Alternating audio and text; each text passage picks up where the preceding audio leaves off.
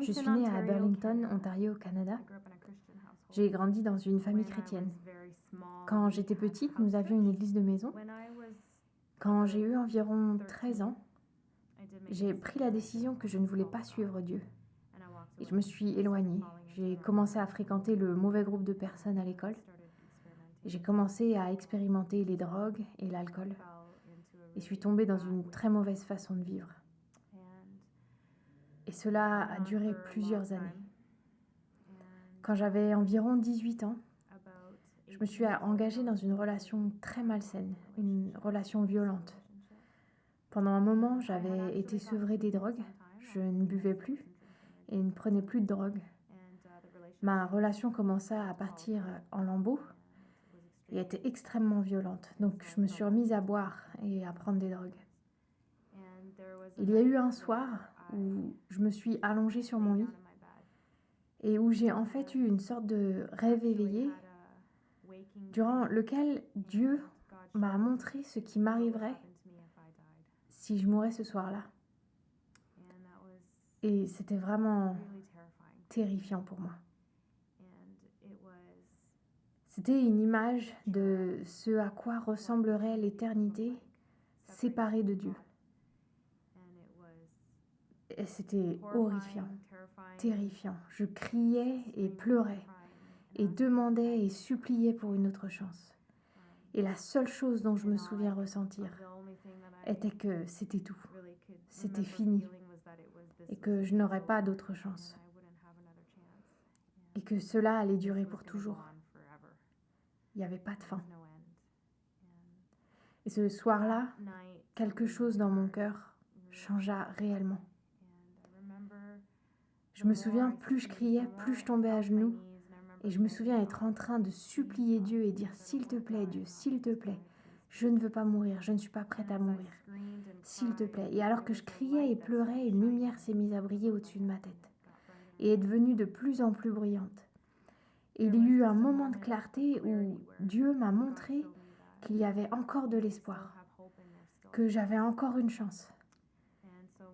Et lorsque je me suis réveillée de ce rêve éveillé, je veux dire, j'étais éveillée durant tout ce temps. Mais quand j'en suis sortie et suis revenue à la réalité, il y avait dans mon cœur cette conviction que je devais prendre une décision. Et je pense que j'étais en quelque sorte restée indécise jusque-là. Je voulais vivre une vie meilleure et je voulais plus. Il y avait quelque chose dans mon cœur qui me disait que Dieu est réel. J'ai grandi dans une famille où nous étions croyants. Et donc, je ne contestais pas le fait que Dieu soit vivant ou que Dieu soit réel. Mais je l'avais fui et rejeté pendant très longtemps. Donc, il m'a montré quelles seraient les conséquences que ce type de vie engendrerait. Et ensuite, cela m'a pris plusieurs mois avant que je ne sois capable de sortir de la relation dans laquelle j'étais.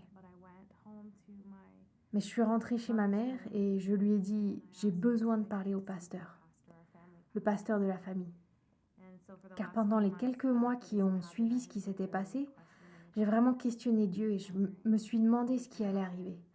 Qu'est-ce que je dois faire? Où est-ce que je vais dans ma vie? Et j'avais très peur. J'ai vécu dans la peur les quelques mois qui ont suivi, me disant si je meurs, c'est ça qui va m'arriver. Donc je suis rentrée à la maison et j'ai dit à ma mère, j'ai besoin de parler à mon pasteur, au pasteur de la famille. Donc on a organisé une réunion et je me suis assise et je lui ai raconté toute l'histoire. Et il m'a dit, Karen, parce qu'il était le pasteur de la famille depuis longtemps, je t'ai vu t'éloigner de Dieu, t'éloigner, et il te court après et tu dois prendre une décision. Et il m'a dit, il faut que tu invites Dieu dans ton cœur. Et à ce moment-là, j'étais prête à faire ce qu'il fallait. J'ai dit, je suis prête à tout, dis-moi juste ce que je dois faire. Et donc je me suis mise à genoux et j'ai prié pour demander pardon à Jésus et je lui ai demandé de venir dans ma vie et de me montrer comment vivre. Et je lui ai dit, je ne veux pas mourir et être séparée de toi. À partir de ce moment-là, toute la peur est partie. Cette peur de la mort et cette peur de l'éternité sans Dieu est complètement partie. Et donc, c'était, je dirais, le tournant dans ma vie. C'était ma conversion.